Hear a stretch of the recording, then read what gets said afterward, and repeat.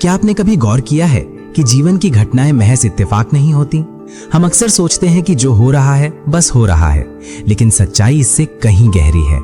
कभी किसी अजनबी ने मुश्किल वक्त में बिना कुछ कहे आपकी मदद कर दी, ठीक उस वक्त जब आपको सहारे की सबसे ज्यादा जरूरत थी।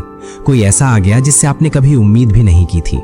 तो कभी किसी अपने ने बिना कारण दिल पर ऐसा चोट पहुंचाया कि सालों बाद भी वो जख्म हरा है। जिससे उम्मीद थी कि वो हमेशा साथ देगा, उसी ने सबसे ज्यादा दर्द दिया। उस वक्त हम अक्सर कहते हैं ये तो किस्मत का खेल है, ये हमारी नियति थी, शायद ऊपर वाले को यही मंजूर था। लेकिन क्या वाकई ऐसा है? क्या ये सब बस इत्तेफाक है? क्या हमारे जीवन में घटने वाली हर घटना के पीछे कोई वैज्ञानिक या आध्यात्मिक कारण नहीं होता?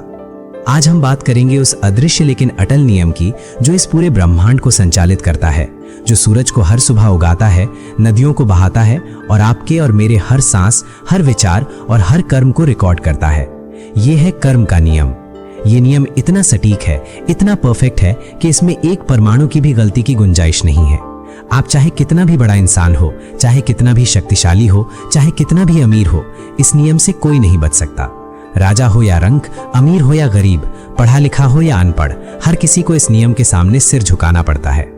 आज के इस गहन विचार में हम समझेंगे कि कर्म का नियम कैसे काम करता है, ये हमारी जिंदगी को कैसे प्रभावित करता है और सबसे महत्वपूर्ण बात ये कि हम इस नियम को समझकर अपने जीवन को कैसे बेहतर बना सकते हैं। ये कोई धार्मिक अंधविश्वास नहीं है, बल्कि ये उतना ही वैज्ञानिक सत्य है जितना कि गुरुत्वाकर्षण का नियम। जैसे आप ऊपर फेंकोगे तो पत्थर नीचे आएगा ही, चाहे आप उसे कितनी भी ताकत से फेंको वो ऊपर नहीं जा सकता। ठीक उसी प्रकार आप जैसा कर्म करोगे वैसा ही फल आपको मिलेगा। फर्क सिर्फ इतना है कि गुरुत्वाकर्षण का प्रभाव तुरंत दिखता है, लेकिन कर्म का नियम समय और परिस्थितियों के जरिए काम करता है। विज्ञान कहता है कि ऊर्जा ना तो नष्ट होती है और ना ही उत्पन्न होती है, वो सिर्फ एक रूप से दूसरे रूप में परिवर्तित होती है। ठीक वैसे ही हमारे कर्म भी एक ऊर्जा है। जब आप कोई कर्म करते हैं तो वो ऊर्जा ब्रह्मांड में कहीं ना कहीं संग्रहित हो जाती है और सही समय आने पर वही ऊर्जा फल के रूप में आपके पास वापस लौट आती है। हमारे शास्त्रों में लिखा है यथा कर्म तथा फल, यानी जैसा करोगे वैसा भरोगे। ये कोई ईश्वर की सजा या इनाम नहीं है, बल्कि ये तो हमारे अपने किए हुए कर्मों का लेखा जोखा है। ईश्वर तो सिर्फ एक साक्षी है, एक दर्शक है जो देख रहा है कि आप क्या कर रहे हो। फल तो आपके कर्म ही तय करते हैं। आपने एक बीज बोया, वो पेड़ बनेगा। आपने नीम का बीज बोया तो मीठा फल नहीं मिल सकता।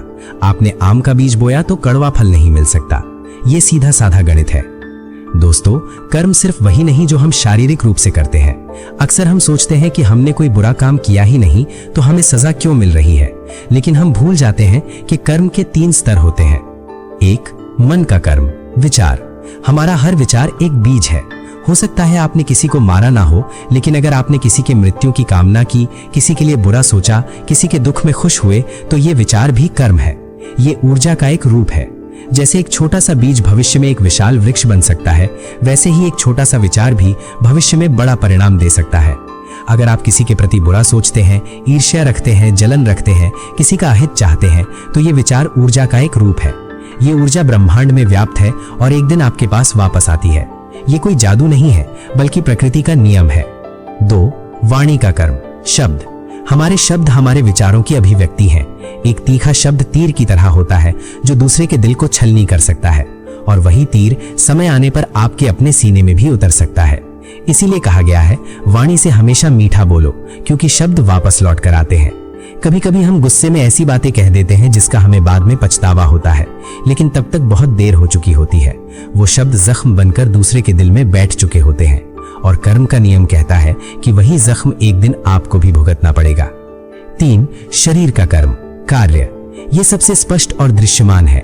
जब हम किसी की मदद करते हैं, किसी को दान देते हैं, किसी का दर्द बांटते हैं, किसी भूखे को भोजन खिलाते हैं, किसी प्यासे को पानी पिलाते हैं, तो हम अपने जीवन में सकारात्मकता का भंडार भर रहे होते हैं। और जब हम किसी को धोखा देते हैं, किसी का हक मारते हैं, किसी की इज्जत लूटते हैं, किसी को बेइज्जत करते हैं, तो हम अपने ही पैरों पर कुल्हाड़ी मार रहे होते हैं। अब सबसे बड़ा सवाल जो हर किसी के मन में आता है वो यही है कि फिर बुरे लोग इतना सुखी क्यों हैं और अच्छे लोग दुखी क्यों हैं? ये सवाल हमने खुद से कई बार पूछा होगा। जब हम देखते हैं कि कोई बेईमान आदमी तरक्की कर रहा है, कोई भ्रष्ट आदमी महलों में रह रहा है, कोई झूठा आदमी समाज में इज्जत पा रहा है, तो हमारा मन डगमगा जाता है। हम सोचते हैं क्या सच में कर्म का कोई नियम है? क्या सच में ईश्वर है? दोस्तों, यही सबसे बड़ा भ्रम है। यही वो धोखा है जो हमें अधर्म की तरफ ले जाता है। कर्म का फल तुरंत नहीं मिलता, ये बैंक की तरह है। आप आज पैसे जमा करते हो तो ब्याज साल के अंत में मिलता है। आप आज एफडी कराते हो तो पैसा 5 साल बाद मैच्योर होता है। कर्म के नियम का भी एक समय होता है। कभी कभी फल इसी जन्म में मिलता है, कभी अगले जन्म में और कभी परिस्थितियों के रूप में। जरूरी नहीं कि आपने आज जो बोया उसका फल आपको कल ही मिल जाए। हो सकता है वो फल आपको 10 साल बाद मिले, 20 साल बाद मिले या फिर अगले जन्म में मिले। कभी कभी दुख आपको नम्र बनाने आते हैं। जब आप जीवन में बहुत ऊंचाइयों पर पहुंच जाते हैं और आपको अहंकार हो जाता है कि मैं सब कुछ हूं, मैं सबसे बड़ा हूं, तब प्रकृति आपको दुख देकर ये याद दिलाती है कि तुम मिट्टी से बने हो और एक दिन मिट्टी में मिल जाओगे। ये दुख तुम्हारी सजा नहीं बल्कि तुम्हारी रक्षा है, ताकि तुम पूरी तरह से गिर ना जाओ। कभी कभी दुख आपको मजबूत बनाने आते हैं। सोना तपाए बिना सोना नहीं बनता, हीरा काटे बिना चमकता नहीं। ठीक वैसे ही आपको मजबूत बनाने के लिए, आपको जीवन की बड़ी चुनौतियों के लिए तैयार करने के लिए प्रकृति आपको छोटे छोटे दुख देती है। ये आपके लिए एक प्रशिक्षण की तरह है। और कभी कभी सुख आपकी परीक्षा लेने आते हैं। जब आपके पास सब कुछ अच्छा होता है, पैसा होता है, प्रतिष्ठा होती है, परिवार होता है, तो असली परीक्षा शुरू होती है कि तुम उसे पाकर अभिमान तो नहीं करते, कि तुम उसे पाकर दूसरों की मदद करते हो या घमंड में चूर हो जाते हो। सुख की परीक्षा दुख से ज्यादा कठिन होती है। जरा सोचिए, अगर कोई किसान गेहूं बोकर दूसरे ही दिन फसल काटने चला जाए तो क्या होगा? कुछ नहीं, वो खाली हाथ लौटेगा और निराश होगा। उसे समय देना होगा, पानी देना होगा, खाद देना होगा, खरपतवार निकालने होंगे, उसे धूप और छांव दोनों सहनी पड़ेंगी। तब कहीं जाकर फसल पकती है और वो कटाई का आनंद ले पाता है। ठीक वैसे ही हमारे कर्मों के फल को भी पकने का समय चाहिए। आज आपने अच्छा किया तो जरूरी नहीं कि कल उसका फल मिल जाए। उसे पकने दीजिए, उसे परिपक्व होने दीजिए। जब समय आएगा, फल अपने आप आपके पास आएगा।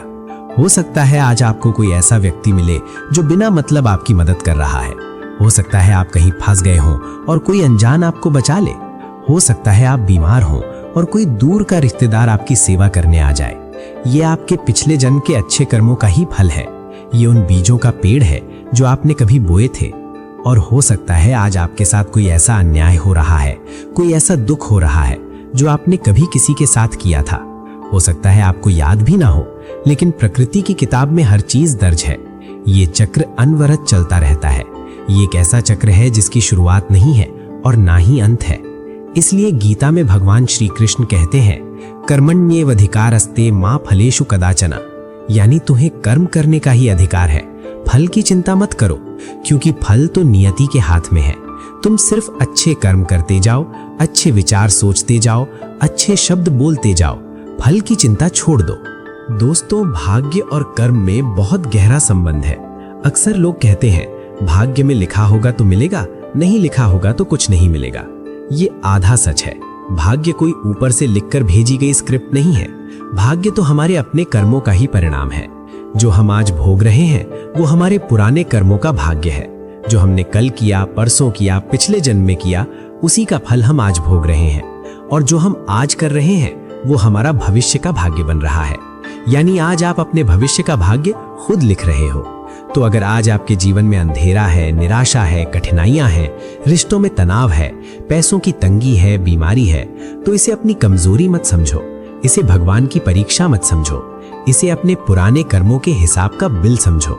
हो सकता है कभी आपने किसी को धोखा दिया हो, किसी का दिल तोड़ा हो, किसी के साथ बुरा किया हो और आज उसी का बिल आपको चुकाना पड़ रहा हो। लेकिन इस बिल को चुकाने के बाद भी आपके पास एक मौका है और सीख लो कि अब से, इसी पल से आपको कैसा कर्म करना है। आज से आप जो भी करोगे वो आपका कल का भाग्य बनेगा। अगर आज सब कुछ अच्छा है, धन है, यश है, परिवार है, सुख है, तो घमंड मत करो। ये आपके ही अच्छे कर्मों की पूंजी है। ये उस खेत की फसल है जो आपने कभी बोई थी।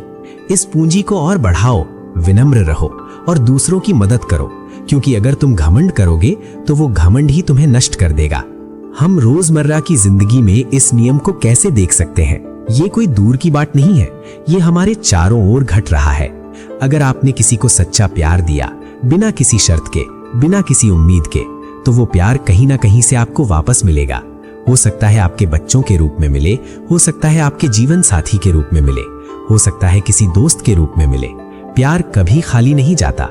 अगर आपने किसी की मदद की, किसी की जरूरत में उसके साथ खड़े हुए, तो जरूरत पड़ने पर कोई ना कोई आपकी मदद को जरूर आएगा। हो सकता है वही व्यक्ति ना हो, कोई और होगा, लेकिन मदद जरूर आएगी।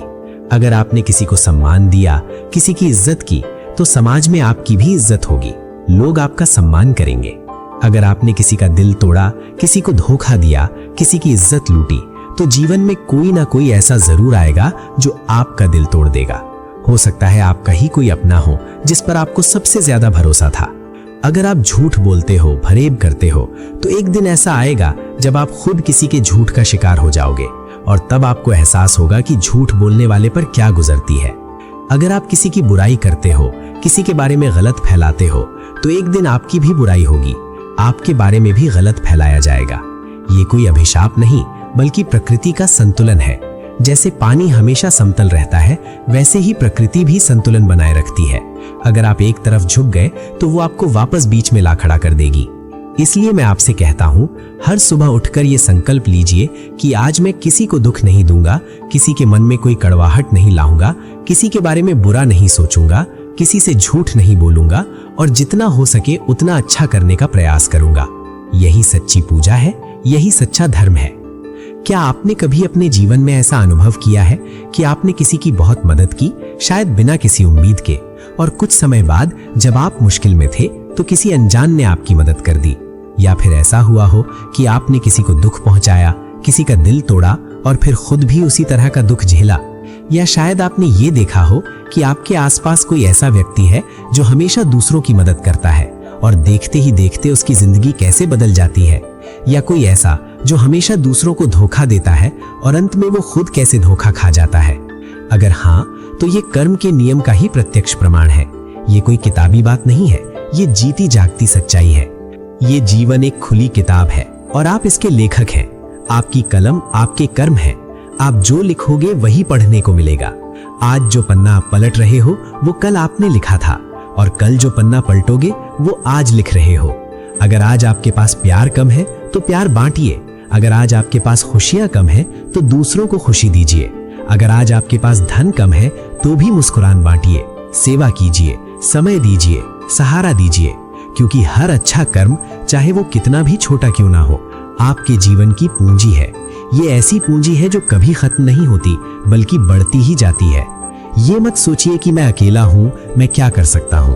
एक अकेले व्यक्ति के अच्छे कर्म पूरे समाज को बदल सकते हैं। एक अकेले व्यक्ति की सकारात्मक ऊर्जा हजारों लोगों को प्रभावित कर सकती है। हर हर महादेव।